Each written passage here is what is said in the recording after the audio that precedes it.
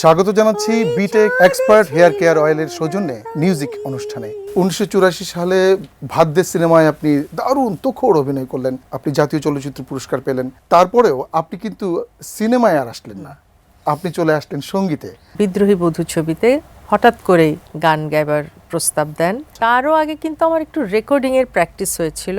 জাহাঙ্গীর সাইদ একজন শিল্পী, উনি আমার মায়ের লেখা 12টা গানের একটা অ্যালবাম করে, যেটার মিউজিক ডিরেক্টর ছিল শওকত আলী ইমন। আচ্ছা, সেও তখন তরুণ, এবং জাহাঙ্গীর ভাই যে গানগুলো গাচ্ছিলেন আমিও প্যানেলে বসে গুনগুন করে গাচ্ছিলাম। তখন শওকত আলী ইমন আমাকে জিজ্ঞেস করে, আপনি কি গান করেন?